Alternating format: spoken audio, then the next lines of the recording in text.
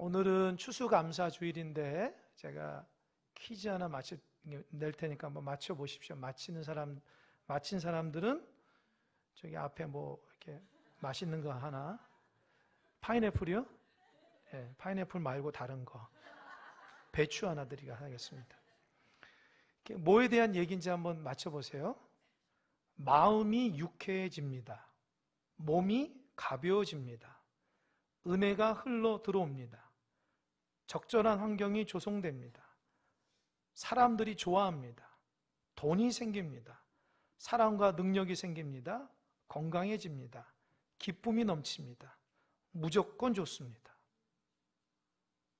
무엇하면? 예? 힐링이요? 예? 웃음? 감사 손 들어보세요. 예, 정답은 감사인데 너무 많아가지고 주진 않겠습니다. 감 하나씩 가져갔어요. 감사. 여러분 잘 들어보세요. 이 굉장히 마음에 감동이 오는데 감사하면 마음이 유쾌해집니다. 감사하면 몸이 가벼워집니다. 여러분 이제 아침에 딱 일어나면 몸이 무거우신 분이 있어요. 이게 몸무게가 많이 나가서가 아니고 이 마음이 무거워서 그런 거예요. 감사하면 몸이 가벼워지는 거예요. 감사하면 은혜가 흘러 들어옵니다. 감사하면 적절한 환경이 조성이 됩니다. 감사하면 사람들이 좋아합니다. 감사하면 요게 중요해요. 돈이 생깁니다. 감사하면 사랑과 능력이 생깁니다. 감사하면 건강해집니다. 감사하면 기쁨이 넘칩니다.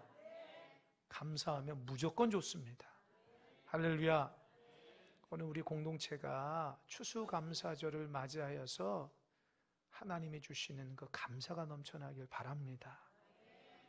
감사할 것이 있어서 감사하는 것이 아니라 감사하면 이런 역사가 일어난다고 합니다.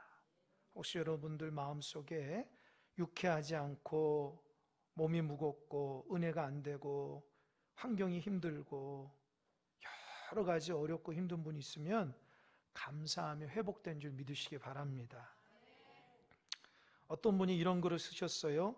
사랑하는 가족을 주셔서 감사합니다. 가족이 없는 사람들을 생각해 봅니다. 건강을 주셔서 감사합니다. 몸이 불편한 사람들을 생각해 봅니다.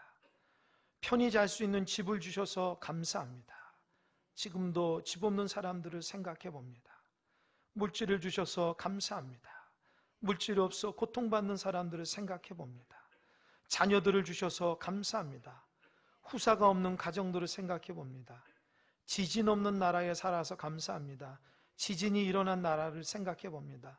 행복한 가정을 주셔서 감사합니다. 어렵고 힘든 가정들을 생각해 봅니다. 하나님을 믿게 해주셔서 감사합니다. 아직도 하나님 믿지 못해서 힘들게 살아가는 사람들을 생각해 봅니다. 감사는 언제나 생각과 짝하여 함께 서 있을 때 마치 두 다리로 서 있는 것처럼 넘어지지 않는다고 합니다. 여러분 감사는 무엇이 조건이 있어서가 아니라 내 생각 속에서 감사로 이루어질 때에 감사함이 넘치는 겁니다. 하나님이 무엇을 주셨기 때문에 감사가 아닙니다. 하나님이 내 마음속에 감사하는 마음을 주셨기 때문에 감사하는 것입니다. 여러분 소확행이라고 들어보셨습니까? 소확행? 발음도 안 되네요. 소확행. 처음 들어보신 분도 있을 것 같은데 2018년도 작년도에 나온 몇 가지 신조어 중에 하나가 소확행이라는 말입니다. 이 소확행이라는 말은 줄임말인데요. 소소하지만 확실한 행복의 줄임말이라고 합니다. 이 말은 어디서부터 시작되냐면 일본의 유명한 그 소설가가 있어요. 무라카미 하루키인가요? 하여튼 뭐 그런 사람이 있습니다. 그 사람이 쓴 랑게 한스섬의 오후라는 수필에 나오는 단어예요. 제가 그 글을 한번 읽어보니까 이렇습니다. 그 소설가가 자기는 일상적인 생활에서 소소한 행복이 뭐냐? 막 구워 빵을 손으로 뜯어 먹을 때에 너무 마음이 기쁘다는 거예요. 또 이분은 오후에 햇살이 나뭇잎을 착 그림자를 그리는 것을 바라보면서 브라함스의 실내 음악을 들을 때에 이 마음에 착 기쁨이 일어난다는 거예요. 또 서랍에서 이렇게 서랍을 딱 열어보면 서랍에 이렇게 옷이 잔뜩 이렇게 차곡차곡, 속옷도 차곡차곡, 옷도 차곡차곡 잘 이렇게 줄을 맞춰서 있는 모습을 보며 소소한 행복을 느낀다고 합니다.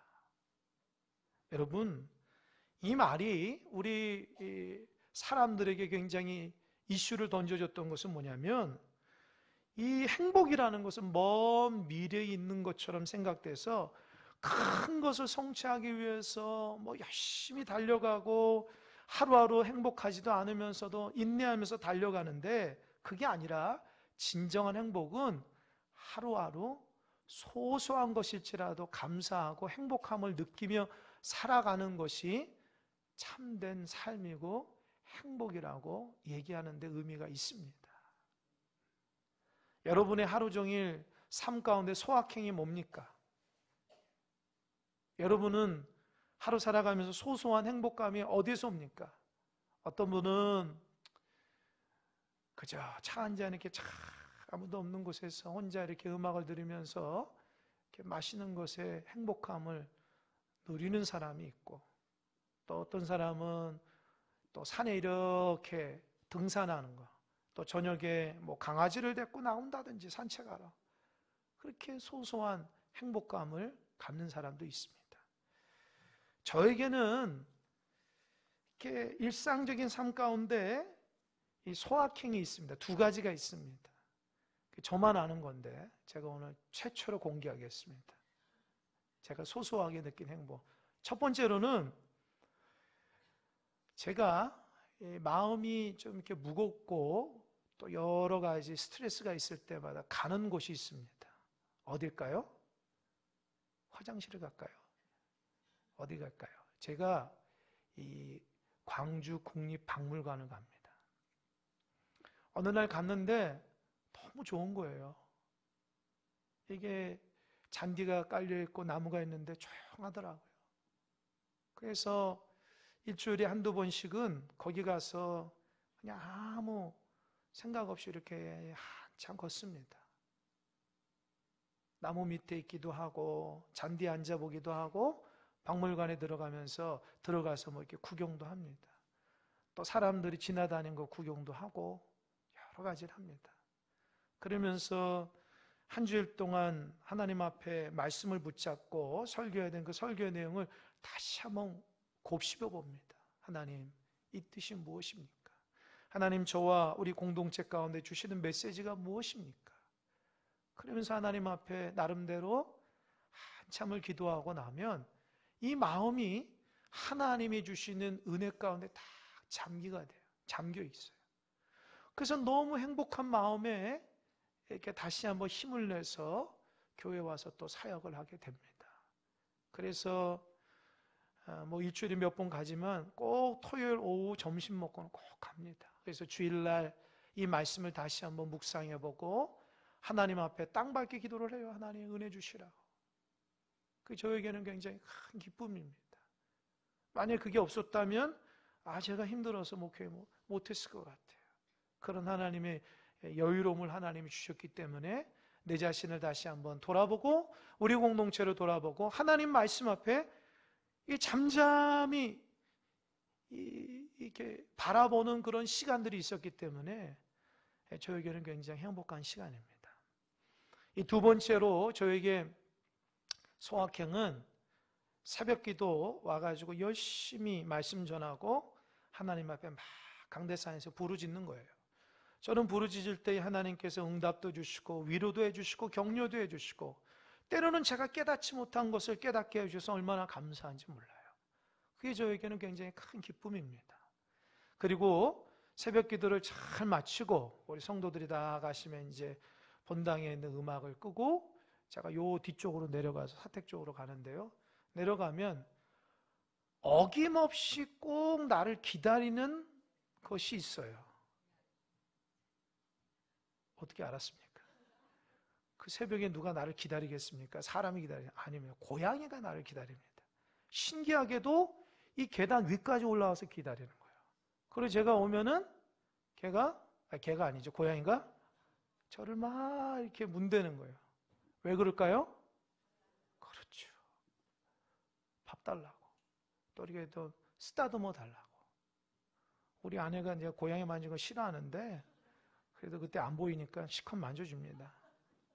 아가지고 이렇게 막 머리 쓰다듬고 이렇게 목을 하면은 이게 한 30초 돼가지고 그릉그릉거려요. 난 처음에 이게 나를 무는 줄 알았는데 그 고양이가 그릉그릉거리는 거는 되게 좋아한다는 뜻이래요. 그래서 얘가 나한테 반했구나 이 생각을 하면서 이게 날마다 그 새벽 기도 끝나는 그 시간대에 거 있는 거예요. 그러니까 제가 그래 네 고생이 많다. 그래서 밥을 주면서 이렇게 하는데 그래서 그런지 모르지만 어느 날 보니까 새끼 4마리를 낳았어요.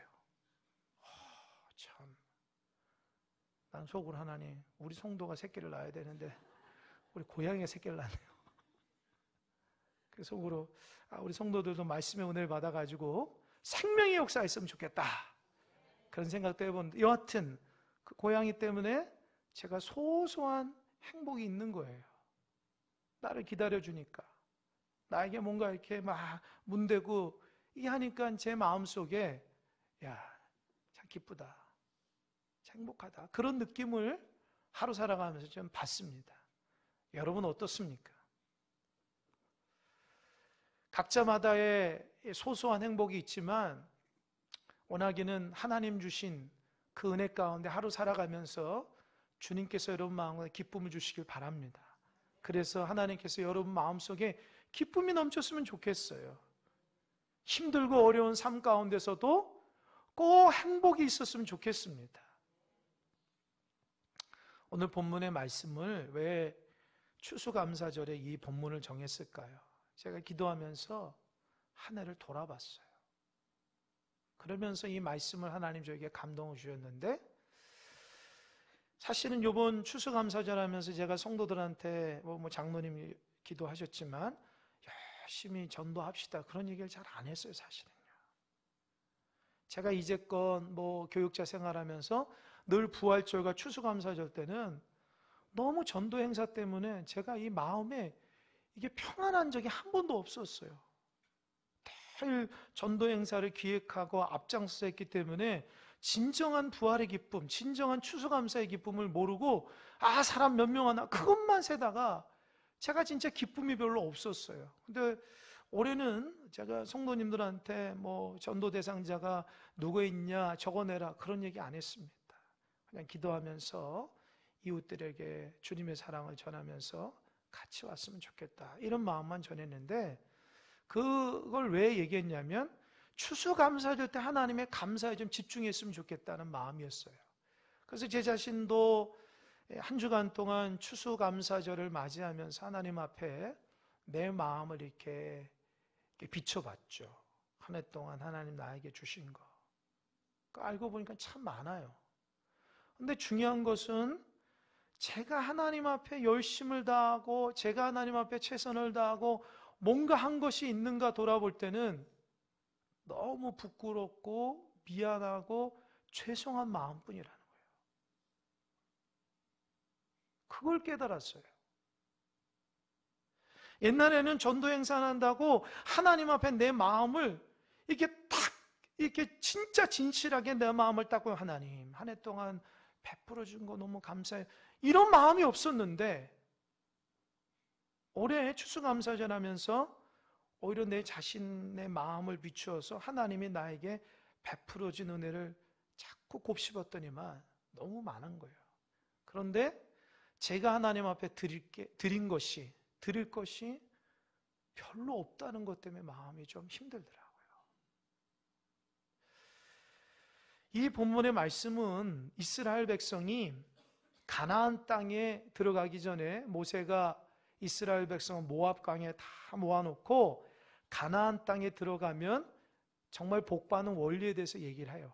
그러면서 모세가 40년 동안 광야 생활하는 것을 총정리하는 시간입니다. 그러니까 우리가 한 해 동안 한 해를 마무리하면서 추수감사절 때에 우리 자신을 한번 되돌아보는 거예요. 그래서 제 마음속에 이 본문의 생각이 떠오른 겁니다. 여러분 중에는 한 해 동안 정말 하나님 앞에 작년보다 더 은혜 받은 사람도 있습니다. 작년보다도 더 신앙생활 더 잘하고 작년보다 가정이 더 회복이 되고 개인적으로도 좋아하신 분도 있습니다. 그러나 반대로 작년에 비해서 신앙생활도 더 부족한 사람도 있습니다. 경제적으로도 더 어렵고 가정적으로도 더 어렵고 개인적으로 힘들고 어려운 분도 있습니다. 그러면 추수감사절 때는 감사한 사람만, 감사할 것이 있는 사람만 하나님 앞에 감사 올려야 될까요? 아니라는 거예요. 여러분, 추수감사절은 하나님께서 이스라엘 백성에게 한 해 동안 베풀어진 은혜, 이스라엘 백성이 가나안 땅에 들어가서 농사를 짓지 않습니까? 농사를 져서 열심히 땅을 일구어서 곡식이 났을 때에 그 모든 것이 하나님께서 주시는 은혜임을 깨닫고 다 수확해서 어딥니까? 창고에 다 들여보내고 나서 하나님 앞에 드려지는 절기예요. 절기의 제사입니다. 그럼 여러분 생각해 보세요. 이스라엘 백성이 어느 한 해는 정말 농사가 안 돼가지고 곡식을 곡간에 들이지 못했을 때에도 하나님 앞에 감사, 제사를 드려야 될까요? 말아야 될까요? 여러분 어떻습니까? 하나님 앞에 감사할 것이 없는데 하나님 앞에 감사를 드려야 돼요? 올려야 돼요? 감사를 드려야 돼요? 말아야 돼요? 하나님은 곡식이 많고 적음에 대해서 감사하라 말하지 않았어요. 태풍이 불어가지고 여러 가지 힘들고 어려운 문제가 있었기 때문에 수확이 작기 때문에 하나님 앞에 드릴 게 없어서, 그러니까 나는 감사할 수가 없어서 하나님 앞에 감사로 나오지 못한다. 하나님 그거 가지고 얘기한 게 아니에요. 수확량 또 내가 한 해 동안 했던 것을 가지고 하나님이 너 나한테 감사해라 그렇게 얘기하잖아요. 성경에서 말하고 있는 감사는 상대 감사가 아니라 절대 감사라는 거예요. 내가 작년하고 비해서 올해가 더 감사했기 때문에 하나님 앞에 감사를 올려드리는 게 아닙니다. 하나님이 나의 생명이 되시고 하나님이 한 해 동안 나를 지키시고 인도해 주셨기 때문에 드리는 절대 감사입니다. 할렐루야. 여러분의 감사가 상대적인 감사가 되면 자꾸 비교하게 돼요. 왜 나는 감사할 것이 없는가? 왜 나는 더 힘들어지는가? 하나님 나에게 왜 감사할 거리를 안 주십니까? 라고 하면서 불평불만으로 살아감으로 하나님 앞에 감사의 마음이 회복되지 않을 겁니다. 그러나 성경에서 말하고 있는 감사는 내가 가진 것이 없지만 내 마음이 빈 마음이지만 하나님 앞에 온전치 못하지만 불충했지만 그럼에도 그 가운데서도 하나님 나를 사랑하셨기 때문에 그 하나님을 높이며 감사하는 것이 진정한 감사임을 믿으시기 바랍니다. 그래서 제가 감사했어요. 제 자신 바라볼 때 한 해 동안 열심을 한다 했는데 참 부족함이 많은 거예요. 하나님이나 우리 성도들에게 부족함이 많고 내 스스로에게도 내 자신을 용납하지 못하는 연약한 분들이 많고 연약함이 많고, 그래서 제가 하나님 앞에 감사주일에 감사를 올려야 되는데 내가 불충하고 온전치 못하고 참 하나님 앞에 열매가 없음으로 인해서 참 한 주일 동안 마음이 무거웠어요. 그러나 이 말씀을 통해서 하나님께서 나에게 주시는 감사는 그런 게 아니라는 것을 깨닫게 되었습니다. 세상 사람들은 무엇 가지고 무엇이 더 나아졌기 때문에 다 좋아졌기 때문에 하나님 앞에 감사하지만 우리의 감사는 그게 아니라는 거예요. 하나님께서 가나안 땅에 들어가기 전에 이스라엘 백성에게 말하고 있는 한 가지 핵심의 말씀은 그겁니다. 너희들이 가나안 땅에 들어가면 하나님 말씀을 지켜 행하라. 그것이 핵심이에요. 그게 축복의 원리라는 겁니다. 여러분, 신앙생활 잘하는 게 뭘까요? 여러분, 정말 신앙생활 하나님 앞에 인정받는 것이 뭡니까? 여러분은 인정받는 신앙인입니까? 그러면 그 한 가지만 기억하십시오. 모세가 하나님의 말씀을 대언합니다. 너희가 하나님 말씀을 지켜 행하면 그것이 내가 기쁘고 내가 좋아하는 신앙의 포인트라는 겁니다. 아무리 하나님 말씀이 있어도 내가 지키지 않으면 그 사람은 신앙생활 잘하는 게 아닙니다. 하나님 말씀이 있고 내가 그 말씀을 지킬 때에 하나님의 기쁨이 되는 겁니다. 아멘? 하나님 말씀 알면 뭐합니까? 그 말씀대로 실천하지 않으면 그 말씀이 나에게 복으로 다가오지 않는다는 거예요. 어느 날 제가 다리가 아프더라고요. 다리가 아파가지고 참 이렇게 걷는 게 좀 불편해요. 그래서 왜 다리가 아플까? 무슨 뭐 큰 병 걸렸나? 이런 염려가 되는 거예요. 그래서 내가 신발을 좀 이렇게 딱딱한 거 신었나? 그리고 부드러운 걸로 바꿨어요. 또 양말도 좀 두꺼운 거 신고 그러면 좋아지려는 안 고쳐지는 거예요. 이 다리가 너무 무리했나 해서 뭐 찜질도 하기도 했는데 안 되는 거예요. 결국 나중에 제가 안 사실이지만 여러분 이제 발에 보면 발톱 있잖아요. 발가락인데 엄지 발가락의 끝부분이 이 발톱이 길어가지고 살을 파고드는 거 아시죠? 아마 그런 분들이 있을 거예요. 그것 때문에 다리가 아픈 거였어요. 내가 무엇을 걷어차지도 않고 내가 하지도 않았는데 왜 다리가 아플까? 왜 이렇게 힘들까? 했더니만 그게 원인이었다는 거예요. 그러니까 나는 그걸 원인도 모르고 다른 곳에만 찾았다는 거예요. 그래서 제가 그걸 알고 발톱깎이로 살살살살 해가지고 아주 기술적으로 그걸 뜯어냈습니다. 그랬더니만 진짜 아주 깊이 있게 들어갔더라. 그걸 뜯어내니까 그 뒤로부터는 제가 걷는 게 편해졌어요. 제가 말씀드리고 싶은 것은 신앙생활 잘하는 게 뭔지를 잘 살펴봐야 돼요. 근본 원인을 건들지 못하고 다른 것만 생각하면 안 됩니다. 우리가 신앙생활 못하는 이유는 하나님 말씀을 지키지 않았기 때문이지 환경 탓이나 사람 탓이 아닙니다. 내 성격 탓도 아닙니다. 우리가 하나님의 말씀을 지키지 않음으로 인해서 우리의 신앙이 연약해진 것이 문제지 환경이나 사람이나 그 어떤 것이 우리가 신앙생활 못하게 한 게 아니라는 거예요. 그럼 뭘까요?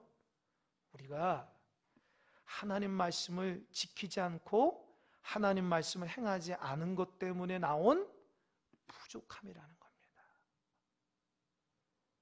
이제 우리가 하나님 말씀대로 지켜나가면 됩니다. 아멘? 지키고 행하면 됩니다. 하나님의 복이 오는 것입니다. 하나님의 말씀을 알지만 행하지 않으면 여전히 우리의 삶 가운데서는 신앙이 기쁨으로 다가오지 않고 오히려 신앙이 너무 힘들고 어려운 율법으로 다가온다는 것을 아시기 바랍니다. 그러면서 모세가 광야 40년을 하나님께서 왜 걷게 하신 이유가 뭐냐? 그 얘기를 하는 거예요. 2절 한번 읽어볼까요? 2절이요.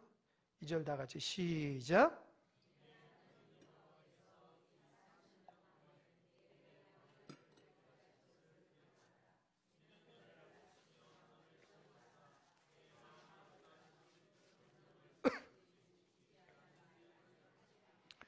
아멘. 저 좀 보세요. 이스라엘 백성의 광야 40년은 너무 힘든 시간입니다. 아마 여러분도 인생을 살아가면서 너무 힘들고 어려웠던 시절이 있으면 기억하기 싫은 그 순간이 있을 거예요. 아유, 그때 정말 너무 고생했어. 진짜 말도 마면서 정말 기억하기 싫은 것이 광야 같은 40년 생활입니다. 이스라엘 백성도 광야 40년이 너무 힘든 거예요. 왜요? 광야가 뭐가 있는 게 아니잖아요. 먹을 것이 있는 거 아니에요. 집도 없고 아무것도 없는 게 광야거든요. 근데 광야 40년 동안에서 이스라엘 백성 1세대가 다 죽었어요. 죽은 이유가 뭐냐? 하나님 때문이 아닙니다. 그들이 하나님 말씀에 불순종해서 다 죽었습니다. 이스라엘 백성 하나로 살아가면서 먹는 거 걱정, 입는 거 걱정, 사는 거 걱정, 얼마나 많은 걱정하겠어요. 그래서 이스라엘 백성에는 광야 40년이 생각하기 싫은 기간인데 모세가 왜 하나님이 우리를 40년 동안 광야에 있게 했는지 아냐? 첫 번째, 너를 낮추기 위한 거예요. 여러분, 이 말씀이 정말 이 마음으로 들으시기 바랍니다. 하나님 왜 우리를 자꾸 광야 같은 길로 인도하실까요? 예수님 믿으면 정말 행복하고 즐겁고 정말 예수님 믿으면 행복이라 하는데 왜 우리는 신앙생활은 왜 힘들고 어려울까요? 하나님이 여러분 낮추려고 그러는 거예요. 저도 낮추고 여러분도 낮추려고 하는 겁니다. 왜 낮출까요? 먹을 게 없는 거예요. 내 생각에는 열심히 해가지고 정말 신앙이 있고 은혜가 있으면 모든 것이 극복될 줄 아는데 여전히 먹을 게 없는 거예요. 이스라엘 백성에게는 어떤 방법이 없어요. 그럼 어떻게 해요? 자기가 갖고 있는 의지, 자기가 갖고 있는 열정, 자기가 갖고 있는 노하우, 지식, 명예, 물질 다 소용이 없는 거예요. 먹을 게 없는데. 그러니까 사람이 낮아지는 거예요. 어떤 생각? 나는 안 되는구나. 하나님 먹을 거 주셔야 되구나. 하나님이 우리 삶 가운데 왜 이렇게 광야 같은 삶을 할까요? 그거 한 가지 깨닫게 하는 거예요. 너는 안 돼. 하나님이 주셔야지. 너는 안 돼. 사실 오늘의 삶도 살아가게 되면 평상시 때는 몰라요. 어렵고 힘들 때에 이 마음이 낮아질 때에 그때 하나님 마음을 깨닫게 되는 겁니다. 하나님은 40년 동안 낮췄다는 거예요. 여러분은 얼마 동안 하나님 여러분을 낮추시는 훈련을 했습니까? 제 자신도 낮춰가는 겁니다. 하나님 앞에. 나는 안 된다. 오직 하나님만이 된다.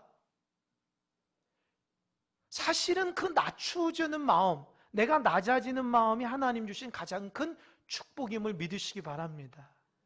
두 번째, 너를 시험한다는 거예요.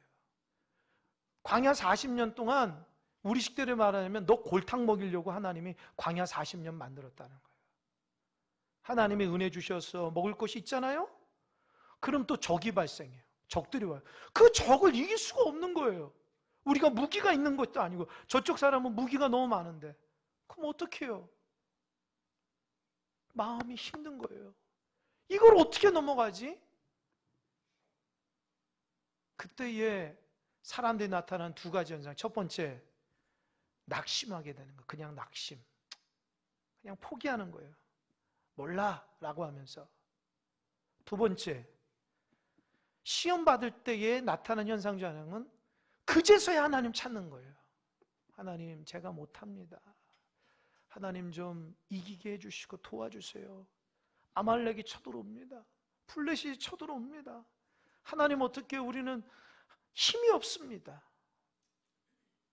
하나님은 후자의 마음을 우리에 갖기 원하는 거예요. 하나님 아니고서는 해결될 수 없다는 것을 하나님이 이스라엘 광야 40년 동안 훈련시켰다는 거예요. 여러분, 우리의 신앙도 광야입니다. 신앙이 여러분 뜻대로 됩니까? 내 뜻대로 됩니까? 그러면 그 사람은 하나님이지 사람 아닙니다. 어떻게 신앙이 우리 뜻대로 다 됩니까? 하나님은 때로는 우리를 낮추시기도 합니다. 하나님 때로는 고난 가운데 우리를 시험하시기도 합니다. 그러면서 우리를 하나님이 주신 메시지가 뭘까요? 하나님만이 할 수 있다라는 거예요. 아멘? 남 탓하지 마시고 환경 탓하지 마시고 여러분 성격 탓하거나 여러분 자신을 탓하지 마시고 내가 하나님을 의지하지 않았기 때문에 내가 하나님 앞에 마음을 낮추고 하나님 앞에 의지하지 않음으로 생긴 문제구나. 이것을 깨닫는 순간 하나님은 우리에게 주시는 큰 은혜라는 거 잊지 마시기 바랍니다. 그러니까 오늘 추수감사절 하면서 우리가 하나님 앞에 드리는 거 한 해 동안 부족하고 연약하고 하나님 앞에 드릴 수 없어서 그 마음 드리는 거예요. 그래서 우리가 하는 게 아니고 이젠 하나님 앞에 하나님 의지하겠습니다. 하나님, 내가 발버둥 치면서 해봐도 안 됩니다. 하나님, 마음이 낮아졌습니다. 하나님, 시험 앞에 넘어집니다. 하나님, 이제는 하나님이 하셔야 됩니다. 제가 그걸 깨달았습니다. 오직 하나님만이 하셔야 되는 걸 깨달은, 그 깨달음을 가지고 하나님 앞에 추수감사절을 보내면 하나님이 가장 기뻐하시는 추수감사절이 될 겁니다. 아멘? 아직도 교만해서 내가 할 수 있을 것 같고, 내가 모든 것들을 할 수 있고, 내가 원하는 신앙대로 다 이끌어갈 수 있다고 하는 그 교만함이 있으면 아직도 광야 생활을 걷고 있는 겁니다. 하나님은 여전히 여러분 뜻대로 움직이지 않습니다. 하나님 계획대로 우리께 이끄시는 거예요. 그걸 모르고 여전히 우리가 교만하고 내 생각과 내 뜻대로 나아간다면, 우리는 하나님 말씀을 지키고 행하지 않으면 여전히 우리의 삶은 끊임없이 하루하루가 광야 같은 생활. 그 광야가 어떤 사람은 40년이 될 수 있고, 어떤 사람은 평생 60년, 80년이 될 수 있는 사람이 있어요. 그런데 그걸 깨닫는 순간 광야 생활이 끝나고 가나안 땅에 들어가는 사람도 있습니다. 할렐루야. 여러분, 이제 광야 생활하지 마시기 바랍니다. 가나안 땅에 들어가야죠. 그러면서 한 가지 얘기를 하는 거예요. 뭐라 얘기하냐면 만나. 여러분, 만나는 하나님 주신 거예요. 저와 여러분이 이스라엘 백성이라고 광야 가운데 딱 나가면 먹을 게 없어요. 하루에 3끼 먹잖아요. 근데 먹을 거 없어요. 그 200만 명 돼. 그러면 이스라엘 백성이 뭐라 생각하겠어요? 하나님 불평하겠죠. 하나님 왜 먹을 것도 안 주고 우리 이런 데로 내보냅니까? 불평불만이 하늘에 닿으니까 하나님이 불쌍해서 먹을 걸 주는데, 여러분이라면 저라면 어떻게 생각해요? 누가 먹을 걸 주겠지라고 생각할 거예요. 두 번째, 어디 가면 땅이 있든지 뭐 열매가 있든지 생각한 거예요. 그러나 하나님의 방법은 오늘 본문에 너도 알지 못하고 너의 조상들도 알지 못하는 만나를 주셨다는 거예요. 이 만나는 하늘에서 떨어지는 거예요. 여러분, 아침에 딱 밥을 먹으려고 하는데 하나님이 하늘에서 밥을 내려주는 거예요. 이거는 상상할 수 없는 거예요. 하나님만이 하시는 겁니다. 그러면서 하나님이 이스라엘 백성에게 그럽니다. 6일 동안 주겠는데 하루하루 일용한 양식을 주겠다. 너 하루 월요일인데 화요일 것 같이 가지 말아라. 내가 그날 충분히 줄 테니까. 어떤 사람은 2배를 걷어가지고 그 다음날 먹으려고 했는데 썩었어요. 하나님한테 야단 맞았어요. 내가 준다고 했지 않냐. 하나님이 주시면 그거 믿고 나가야지. 왜 숨기고 왜 다음 것까지 왜 이렇게 있냐. 그거 먹지도 못해 썩지 않냐. 두 번째, 6일째 되는 날은 이틀치 준다는 거예요. 7일째는 안식이 있으니 이틀치 준다는 거예요. 여러분, 만나는 하나님의 말씀대로만 지킬 때에 만나가 오는 거예요. 그래서 모세가 얘기하죠. 만나를 너에게 주신 것은 사람이 떡으로만 사는 것이 아니요 여호와 입에서 나오는 모든 말씀으로 산다. 이게 무슨 말입니까? 만나는 육체적인 것을 위해서 주는 거지만 그걸 먹기 위해서는 하나님의 말씀에 순종할 때 주는 겁니다. 아멘? 그걸 만나를 40년 동안 훈련받은 거예요. 모세가 얘기합니다. 이제 하나님 말씀대로 살면 너 인생 하나님 책임져 줄 거니까 가나안 땅에 들어가면 하나님 말씀은 지키면 된다. 그러면 그 땅은 아름답고 복되고 너무너무 좋은 땅이니까 근심 걱정 없게 하는 거예요. 할렐루야. 결론을 맺겠습니다. 16절 보겠습니다. 16절 본문에 오늘 본문 아닌데 8장 16절 한번 읽어볼까요? 시작. 내 조상들도 알지 못하던 만나를 광야에서 내게 먹이셨나니 이는 다 너를 낮추시며 너를 시험하자 마침내 내게 복을 주려 하심이었느니라. 아멘. 저 좀 보세요. 하나님이 우리를 광야 40년 동안 훈련시킨 이유가 뭡니까? 우리를 미워서가 아니라 우리에게 복 주기 원하는 거예요. 아멘. 이제는 우리의 힘과 능력이 아니라 오직 하나님의 뜻대로 하나님을 경외하며 살아가기 위해서 주시는 은혜입니다. 말씀을 맺겠습니다. 여러분, 부족해도 됩니다. 하나님만 의지하시기 바랍니다. 나는 안 된다 생각하시고 주님의 은혜만 살아가시기 바랍니다. 환경이나 사람이나 그 무엇을 탓하지 마시고 내가 하나님 말씀에 지키지 않아서 생긴 모두 다 그런 연약함과 부족함이라는 걸 깨닫고 하나님의 은혜만 앞서 살아가는 귀한 믿음의 백성 되시기 바랍니다. 이 시간 기도하겠습니다.